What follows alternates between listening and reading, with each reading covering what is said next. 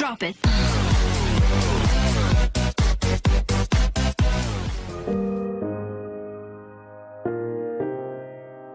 Laporan keuangan adalah catatan informasi keuangan suatu perusahaan pada suatu periode akuntansi yang dapat digunakan untuk menggambarkan kinerja perusahaan tersebut.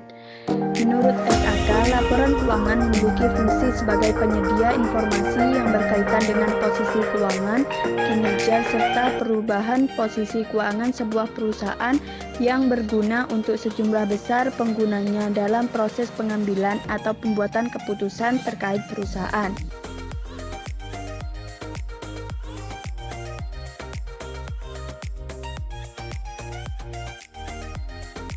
Satu, kreditor menilai kemampuan debitur atau calon debitur untuk memenuhi kewajiban pembayaran pokok, pinjaman, dan bunganya. 2. Pemasok untuk memenuhi utang atas pembelian barang atau jasa dari mereka pada saat jatuh tempo. 3. Investor untuk melakukan analisis resiko dan hasil pengembalian yang diharapkan dapat diterima dari rencana penanaman modal yang akan dilakukan. 4. Pemerintah untuk memperoleh informasi yang dapat digunakan untuk menetapkan jenis pajak dan besarnya kewajiban pajak yang harus ditanggung dan dibayar oleh perusahaan tersebut. 5. Pelanggan. Pelanggan sangat membutuhkan produk-produk perusahaan dalam jangka panjang dan sulit untuk digantikan oleh produk perusahaan lainnya. 6. Karyawan untuk mengetahui profitabilitas dan stabilitas perusahaan di mana mereka bekerja karena kelangsungan hidupnya sangat tergantung perusahaan tersebut, termasuk pula jaminan hidup setelah kondisi mereka pensiun. 7. Masyarakat untuk mengenal kontribusi perusahaan terhadap ekonomi nasional, misalnya jumlah orang yang dipekerjakan.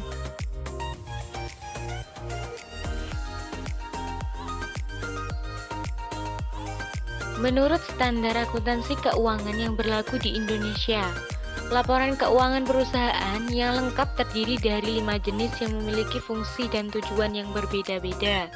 1. Laporan laba rugi, yaitu laporan keuangan yang memberikan informasi tentang hasil kegiatan operasi perusahaan atau laba rugi selama satu kurun waktu atau periode tertentu. 2. Laporan ekuitas. Laporan ekuitas yaitu laporan keuangan yang memberikan informasi tentang perubahan ekuitas pemilik atau modal selama kurun waktu atau periode tertentu. 3. Neraca, yaitu laporan keuangan yang memberikan informasi tentang aset, kewajiban, dan ekuitas perusahaan pada saat atau tanggal tertentu. 4. Laporan arus kas, yaitu laporan keuangan yang memberikan informasi tentang penerimaan dan pembayaran kas perusahaan selama kurun waktu atau periode tertentu. 5. Catatan atas laporan keuangan, atau disingkat menjadi CALK, yaitu berupa informasi baik yang bersifat keuangan maupun non-keuangan yang bertujuan untuk memberikan penjelasan tentang kebijakan-kebijakan akuntansi yang digunakan oleh perusahaan, rincian pos-pos laporan keuangan, penjelasan kontrak-kontrak utang, dan perusahaan lainnya. Unsur-unsur laporan keuangan. 1. Aset adalah sumber daya yang dikuasai oleh perusahaan sebagai akibat dari peristiwa masa lalu dan dari mana manfaat ekonomi di masa depan diharapkan akan diperoleh perusahaan. Aset digolongkan menjadi aset lancar, aset tetap, dan aset lain-lain. 2. Kewajiban merupakan utang perusahaan masa kini yang timbul akibat dari peristiwa masa lalu. Penyelesaiannya diharapkan mengakibatkan arus keluar dari sumber daya perusahaan yang mengandung manfaat ekonomi. Kewajiban digolongkan menjadi kewajiban jangka pendek, kewajiban jangka panjang, dan kewajiban lain-lain. 3. Ekuitas adalah hak residual atas setelah dikurangi semua kewajiban ekuitas, biasanya disebut juga dengan net asset atau aset bersih. 4. Penghasilan atau income adalah kenaikan manfaat ekonomi selama suatu periode akuntansi dalam bentuk pemasukan atau penambahan aset atau penurunan kewajiban yang mengakibatkan kenaikan ekuitas yang tidak berasal dari kontribusi penanam modal. Digolongkan menjadi pendapatan atau revenue dan keuntungan atau gains. 5. Beban atau expenses adalah penurunan manfaat ekonomi selama suatu periode akuntansi dalam bentuk arus keluar atau berkurangnya aset atau terjadinya kewajiban yang mengakibatkan penurunan ekuitas yang tidak menyangkut pembagian kepada penanam modal. Profesi di bidang akuntansi. 1. Akuntan publik, yaitu akuntan yang memberikan jasa terutama kepada publik atau masyarakat, seperti jasa pemeriksaan laporan keuangan atau auditing, perpajakan, dan konsultasi manajemen.